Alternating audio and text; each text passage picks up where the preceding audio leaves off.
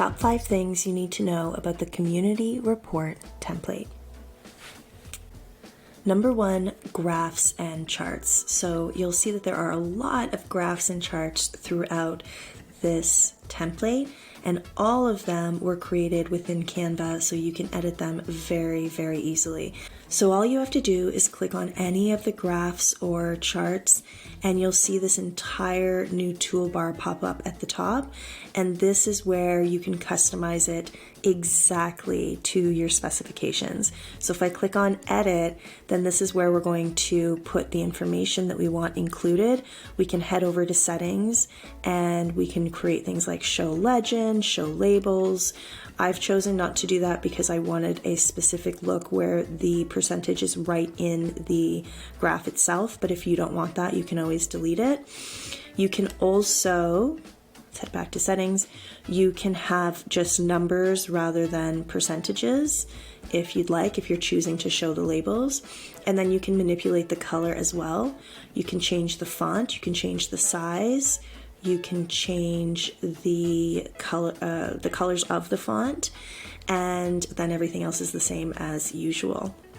Now with charts like this, so you can, for example, change the roundness. So if this is a little bit too harsh for you, you can make these bars a little bit rounder, and you can adjust the spacing, which I really, really love. Under settings, you can include a legend, you can show labels, which I have, and you can show grid lines, which I don't really like the appearance of, so I just turned that off, but it's just as easy for you to turn it on here. Number 2, how to incorporate your brand colors into this design. So you'll notice that we have quite a few different colors going on, but really we've stuck to our 3 primary brand colors, which is this dark blue here, this golden brown color here, and then our light background color here. And then we have just manipulated those colors in order for them to work all over this design. So how would you do that? Here's an example. So if we have this graph, we're not going to use our primary brand color and secondary brand color. Instead, what we're going to do is select our dominant color. So let's say it was this one here.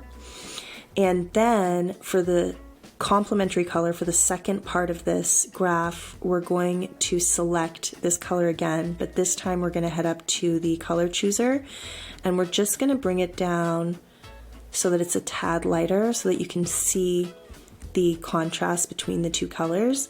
And this keeps everything looking really cohesive without adding too many colors. So if you have 5 different colors in your brand palette, you might think, you know what, I need to use all of these in my design, which is absolutely untrue. I would stick to 1 or 2 and then a soft background color and just manipulate the graphs so that there's contrast within the similar colors.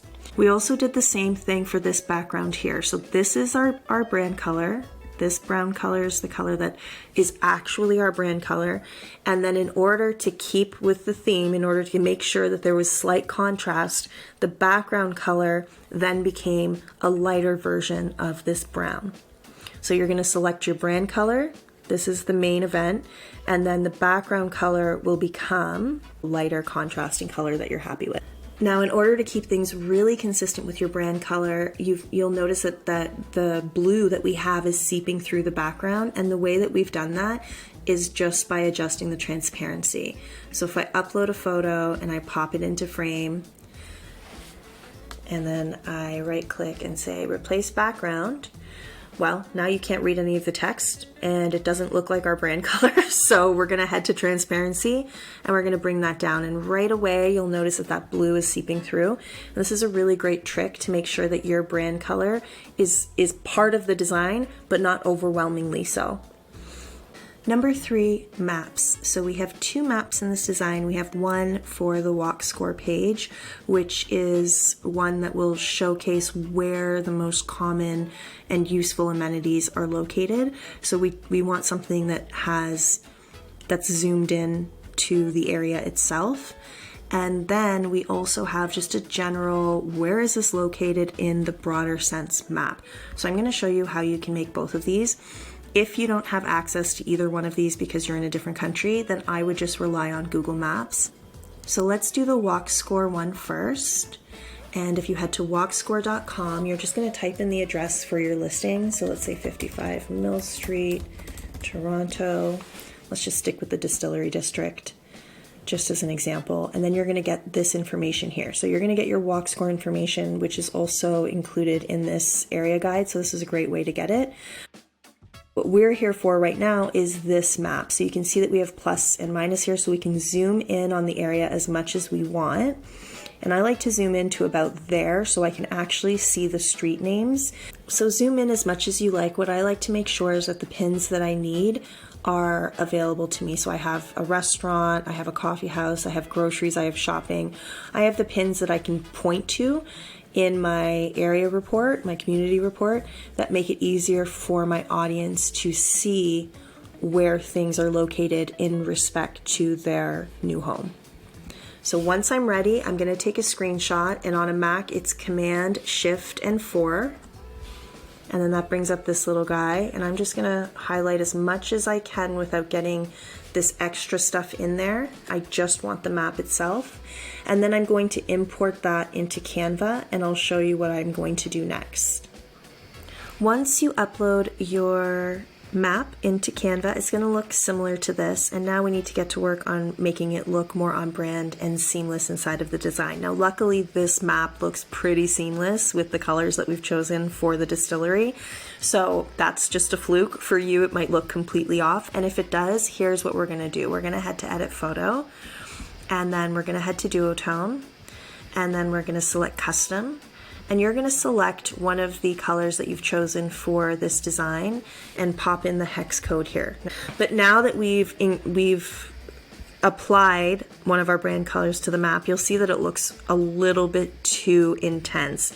So we're going to reduce that intensity, right, as much as we can, while still being able to read what's going on there, and that will just give the map a little bit of a hue. You can also play around with the shadows if you want. I find it easier just to stick one of my bold brand colors into the highlight section, or you can make it really easy on yourself, and if any of these colors match the tone that you're looking for, then you can do that as well, and then manipulate this slider here with intensity.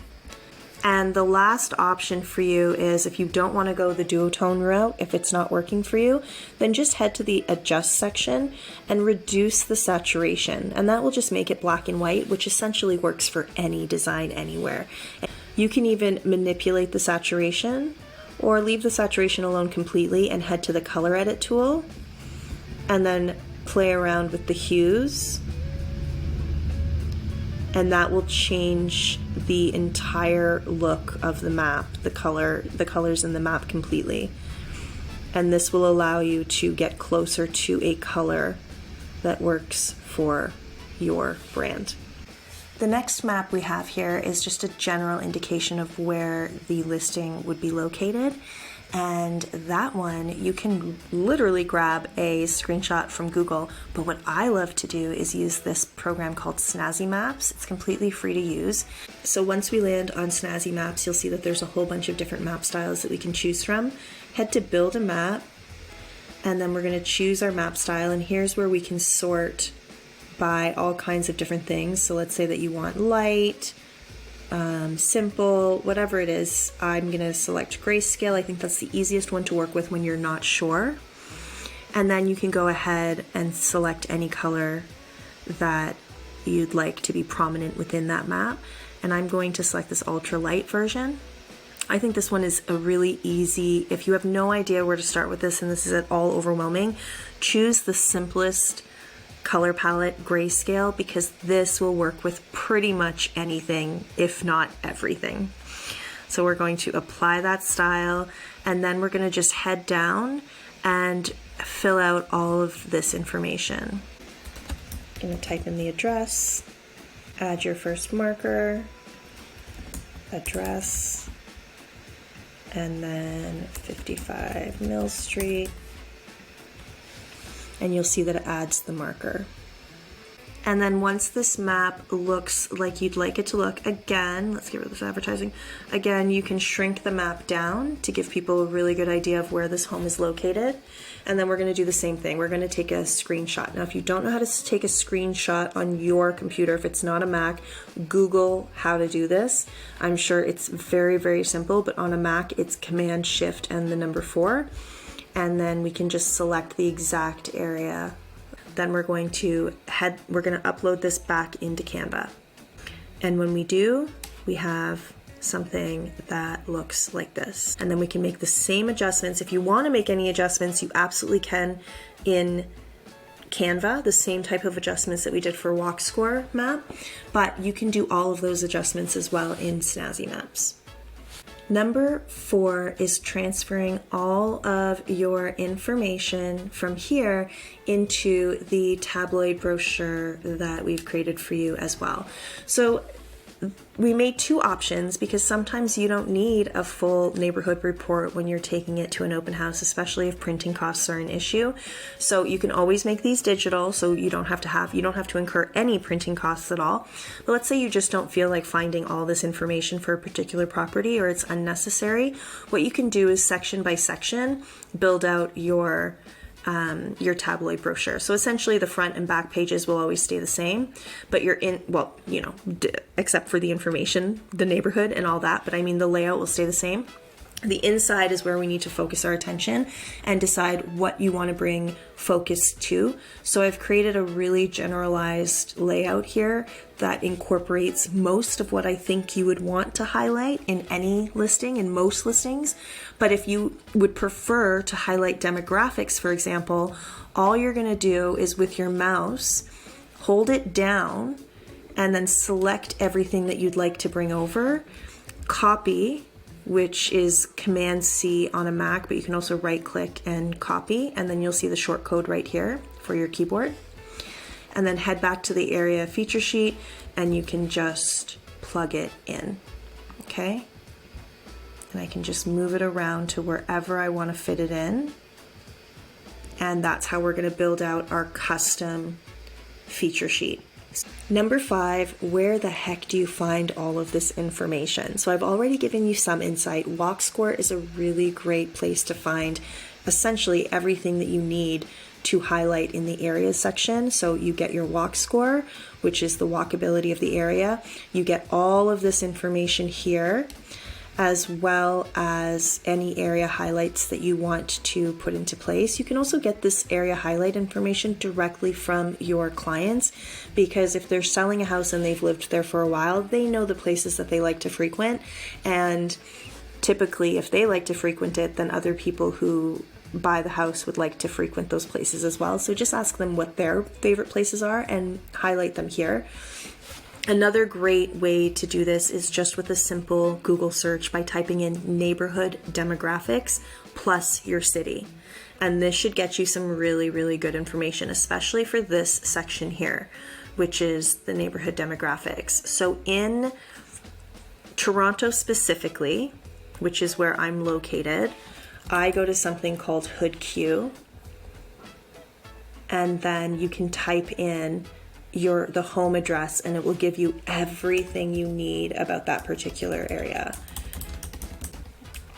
So if you have something similar, or your goal can be to find something similar for your city, and then let a program like this do the work for you.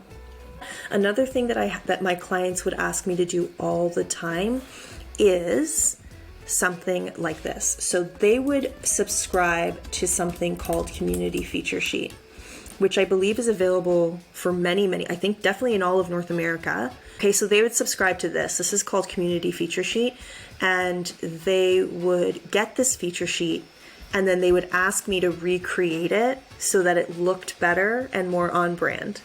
This is a great way to get the information so that it's up to date. If you ever want to update your information, you can do this and then pop it into something like this where it's completely your own, where this is, it is not something that looks like anybody else has. It's completely unique to you. So that's something I used to do all the time when I was doing custom design, and you can do it as well now that you have this template. Otherwise, it's a quick Google search. Otherwise, you're going to have to rely on, because there's so many different cities and states and provinces and countries, the best way to do this is through Google and to just type in neighborhood demographics or the city that you live in plus the word demographics. And even you could add in the word real estate and just do a Google search. And once you find the places that you like to go to get this information, like I have go-to places to get this information, you just keep going back to these places and you get really great information time and time again.